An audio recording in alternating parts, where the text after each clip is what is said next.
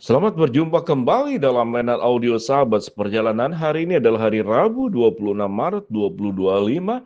Tema renungan saat teduh kita dengan judul dosa kepoh atau dosa mengurusi urusan orang lain. Firman Tuhan terambil dalam Kisah Rasul 18 ayat yang ke-9 sampai dengan ke-11. Pada suatu malam berfirmanlah Tuhan kepada Paulus di dalam suatu penglihatan. Jangan takut, teruslah memberitakan firman dan jangan diam. Sebab aku menyertai engkau dan tidak ada seorang pun yang akan menjamah dan menganiaya engkau. Sebab banyak umatku di kota ini. Maka tinggallah Paulus di situ selama 1 tahun 6 bulan dan mengajarkan firman Allah di tengah-tengah mereka. Mari kita berdoa. Bapa yang dalam surga, terima kasih, kami bersyukur kami bisa mendapatkan kebenaran firman Allah, Injil Tuhan. Karena Tuhan yang memakai banyak hamba-hamba Tuhan, nabi-nabi, rasul-rasul, hakim-hakim, dan tokoh-tokoh yang ada dalam Alkitab sampai saat ini banyak hamba Tuhan yang memberitakan. Dalam nama Tuhan Yesus kami berdoa, amin. Shalom sahabat seperjalanan yang dikasihi Tuhan. Kalau berbicara tentang pekerjaan hamba-hamba Allah yang ada dalam perjanjian lama dari nabi-nabi, hakim-hakim, kemudian dalam perjanjian baru para pengajar, rasul-rasul, dan di zaman sekarang bertemu dengan banyak hamba Tuhan, evangelis, para pendeta yang menyampaikan kebenaran firman Allah seperti yang dilakukan oleh Rasul Paulus.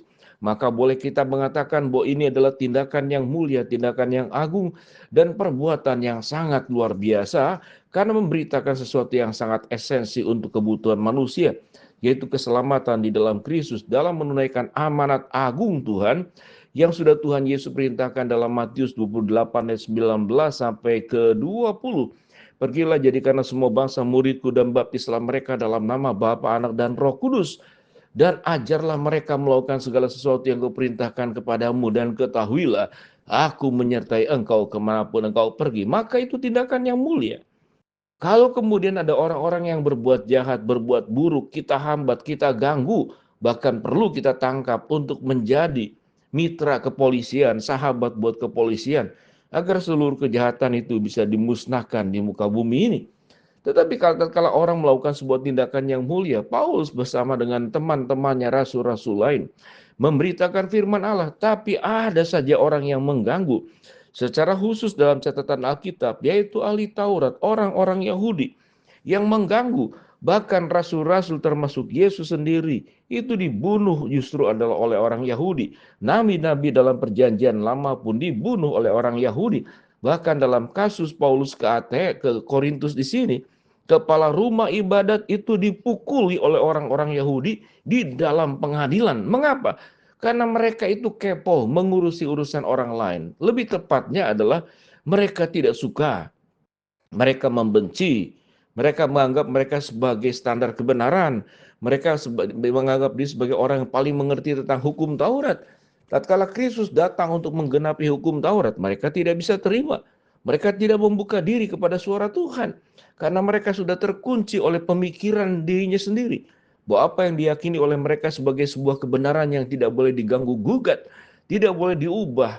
Sehingga tatkala Paulus datang ke Korintus, ke berbagai kota yang di dalam perjalanan kisah Rasul, ini berbicara tentang kisah perjalanan daripada Paulus bersama dengan rekan-rekannya mengabarkan Injil. Di dalam ayat 1 dikatakan kemudian Paulus meninggalkan Athena lalu pergi ke Korintus. Di Korintus dia berjumpa dengan orang Yahudi bernama Aquila yang berasal dari Pontus. Ia baru datang dari Italia dengan Priscilla istrinya. Karena Kaisar Claudius telah memerintahkan supaya semua orang Yahudi meninggalkan Roma. Paulus singgah di rumah mereka. Dan karena mereka melakukan pekerjaan yang sama, ia tinggal bersama-sama dengan mereka. Mereka bekerja bersama-sama karena mereka sama-sama tukang kemah. Dan setiap hari Sabat Paulus berbicara dalam rumah ibadat, berusaha meyakinkan orang-orang Yahudi dan orang-orang Yunani. Ketika Silas dan Timotius datang dari Makedonia, Paulus dengan sepenuhnya dapat memberitakan firman di mana ia memberi kesaksian kepada orang Yahudi bahwa Yesus adalah Mesia. Tetapi ketika orang-orang itu memusuhi dia dan menghujat dan mengebaskan debu pakaiannya dan berkata pada mereka, biarlah darahmu tertumpah ke atas kepalamu sendiri. Aku bersih, tidak bersalah. Mulai dari sekarang aku pergi kepada bangsa-bangsa lain. Maka keluarlah ia dari situ lalu datang ke rumah seorang Titius Justus yang beribadah kepada Allah dan yang rumahnya berdampingan dengan rumah ibadat.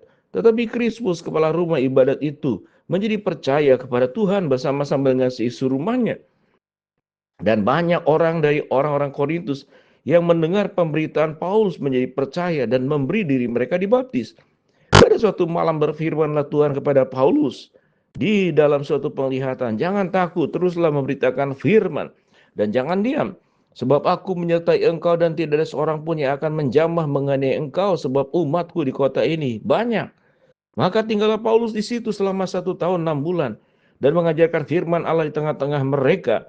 Akan tetapi setelah Galio menjadi gubernur di Akhaya, bangkitlah orang-orang Yahudi bersama-sama melawan Paulus, lalu membawa dia ke depan pengadilan. Kata mereka, ia ini berusaha meyakinkan orang yang beribadah kepada Allah dengan jalan yang bertentangan dengan hukum Taurat. Tetapi Paulus hendak mulai bicara, berkatalah Galio, gubernur, kepada orang Yahudi itu, "Hai orang-orang Yahudi, jika sekiranya dakwaanmu itu mengenai hal yang pelanggaran atau kejahatan, sudahlah sepatutnya aku menerima perkaramu. Tetapi kalau hal itu adalah perselisihan tentang perkataan dan nama atau hukum yang berlaku di antara kamu, maka hendaklah kamu sendiri yang menyelesaikannya dan mengurusnya. Aku tidak rela menjadi hakim atas perkara demikian." Lalu ia mengusir mereka dari rumah pengadilan. Maka orang itu semua menyerbu Sostenes, kepala rumah ibadat, lalu memukulinya di depan pengadilan itu. Tetapi Galio sama sekali tidak menghiraukan hal itu. Sahabat seperjalanan, betapa keponya yang namanya orang-orang Yahudi dan ahli-ahli Taurat ini. Mengurusi urusan hidup orang lain. Dirinya merasa paling benar, dirinya merasa paling berhak untuk menghakimi, dirinya merasa paling berhak untuk menilai siapapun benar dan salah, atau dengan kata lain, orang-orang Yahudi ini menganggap dirinya sebagai Tuhan, sebagai standar kebenaran. Di dalam konteks kisah Rasul tentu kepoh itu banyak sekali terjadi, khususnya bersangkut paut dengan ahli Taurat dan orang-orang Farisi. Mereka adalah pendosa yang siogenya mendapatkan keselamatan, membuka diri kepada pemberitaan rasul-rasul. Tetapi mereka yang menolaknya, mereka kemudian menganiayai para rasul, para nabi-nabi, bahkan menyalibkan Tuhannya sendiri, yaitu Kristus yang datang untuk menyelamatkan mereka. Sampai titik ini sahabat seperjalanan, dosa kepoh, dosa mengurusi urusan orang lain.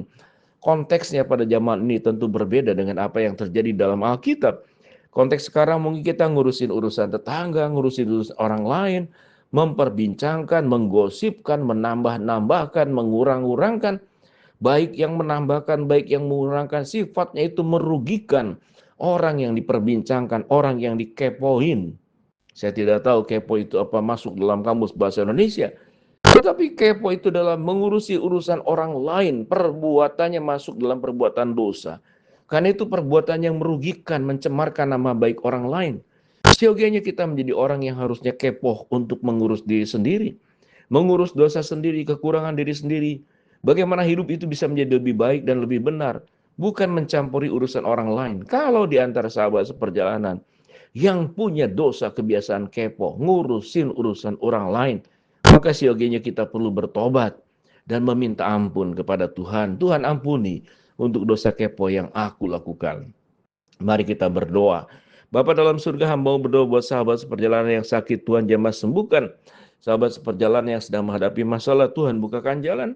Sahabat seperjalanan yang sedang berdoa mengharapkan sesuatu, Tuhan kabulkan dengan cara dan waktu Tuhan yang terbaik. Ampuni Tuhan dosa-dosa kepo, mengurusi urusan orang lain yang tidak Tuhan sukai. Dalam nama Tuhan Yesus kami berdoa, amin.